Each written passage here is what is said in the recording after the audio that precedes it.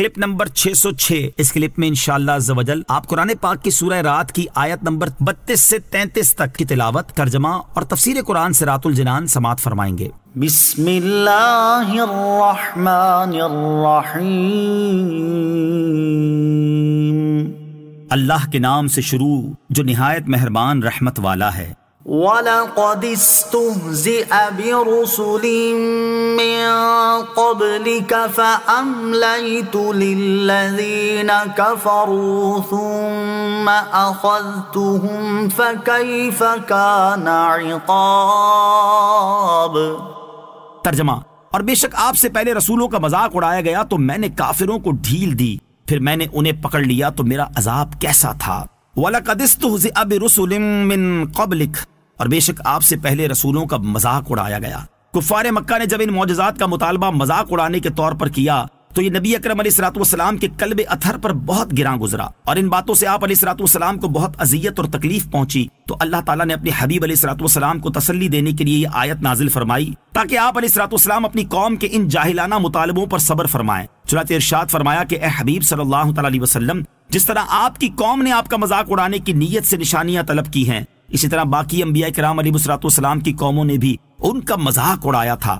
پھر میں نے کافروں کو کچھ دنوں کے لیے ڈھیل دینے کے بعد عذاب میں گرفتار کر دیا، اور دنیا میں انہیں قحط، قتل اور قید کی مصیبتوں میں مبتلا کر دیا، اور آخرت میں ان کے لیے جہنم کا عذاب ہے۔ علماء و مبلغین کے لیے درس، اس آیت میں علماء و مبلغین کے لیے درس ہے کہ راہ خدا میں تکالیف برداشت کرنا انبیاء کرام علیہ الصلوۃ والسلام کا طریقہ ہے۔ اس لیے اگر انہیں راہ خدا میں کسی تکلیف اور پریشانی کا سامنا ہو تو انہیں چاہیے کہ انبیاء کرام علیہ الصلوۃ والسلام کے حالات اور ان کی سیرت کو سامنے رکھتے ہوئے صبر و تحمل کا مظاہرہ کریں۔ اللہ تعالیٰ نے چاہا تو ان کی تکالیف جلد دور ہو جائیں گی۔ عظمت اولیاء، علامہ اسماعیل حقی رحمۃ اللہ تعالیٰ علیہ فرماتے ہیں، اس آیت سے معلوم ہوا کہ انبیاء کرام علیہ الصلوۃ والسلام اور اولیاء رحمۃ اللہ تعالیٰ علیہم کا مذاق اڑانا بدبختی کی علامت ہے۔ حدیث قدسی میں ہے، اللہ تعالیٰ ارشاد فرماتا ہے، جس نے میرے کسی ولی کی توہین کی اس نے مجھ سے جنگ کا اعلان کر دیا، یعنی جس نے میرے اولیاء میں سے کسی کو اذیت دی یا کسی کو غضب دلایا تو اس نے مجھ سے جنگ کی۔ مزید فرماتے ہیں کہ اللہ تعالیٰ کے اولیاء سے محبت رکھنا، ان سے قلبی تعلقات قائم کرنا اور ان کی صحبت اختیار کرنا اللہ تعالیٰ کے نزدیک سب سے زیادہ نفع مند اعمال میں سے ہے، اور اللہ تعالیٰ کے اولیاء سے بغض و عداوت رکھنا، انہیں حقیر سمجھنا اور ان پر اعتراضات کرنا اللہ تعالیٰ کے نزدیک سب سے زیادہ نقصان دینے والے اعمال میں سے ہے۔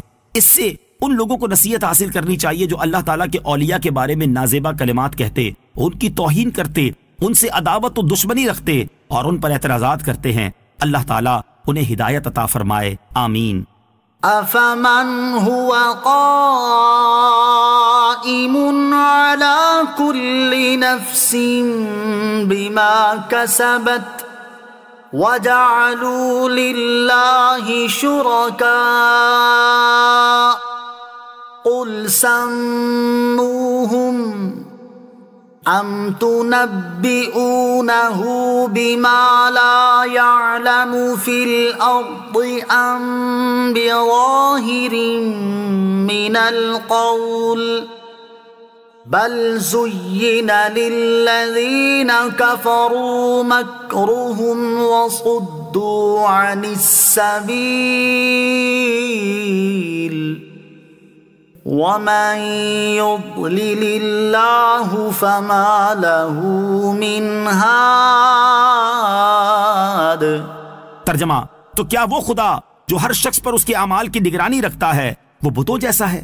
ہرگز نہیں، اور وہ لوگ اللہ کے شریک ٹھہراتے ہیں۔ تم فرماؤ، تم ان کا نام تو لو کہ وہ کون ہیں جو خدا کے شریک ہیں، بلکہ تم اللہ کو وہ بات بتاتے ہو جسے وہ زمین میں جانتا ہی نہیں ہے، یا یوں ہی ایک اوپری بات، بلکہ کافروں کے لیے ان کا فریب خوشنما بنا دیا گیا اور انہیں راستے سے روک دیا گیا، اور جسے اللہ گمراہ کرے اسے کوئی ہدایت دینے والا نہیں۔ افمن ہوا قائم علی کل نفس بما کسبت، تو کیا وہ جو ہر شخص پر اس کے اعمال کی نگرانی رکھتا ہے۔ اس آیت میں اللہ تعالیٰ نے مکے کے مشرکین کا رد اور انہیں زجر و توبیخ فرمائی ہے۔ آیت کا خلاصہ یہ ہے کہ اللہ تعالیٰ جو کہ ہر شخص کا محافظ اور اسے رزق دینے والا ہے، اسے جانتا اور اس کے اچھے برے اعمال کو بھی جانتا ہے، نیکیاں کرنے والے کو ثواب دینے والا اور گناہ کرنے والے کو سزا دینے والا ہے۔ کیا وہ ان بتوں کی مثل ہو سکتا ہے جو ایسے نہیں؟ بلکہ وہ تو اپنے آپ سے بھی عاجز ہیں، اور جو خود سے عاجز ہو وہ دوسروں کو کیا نفع اور نقصان پہنچا سکیں گے۔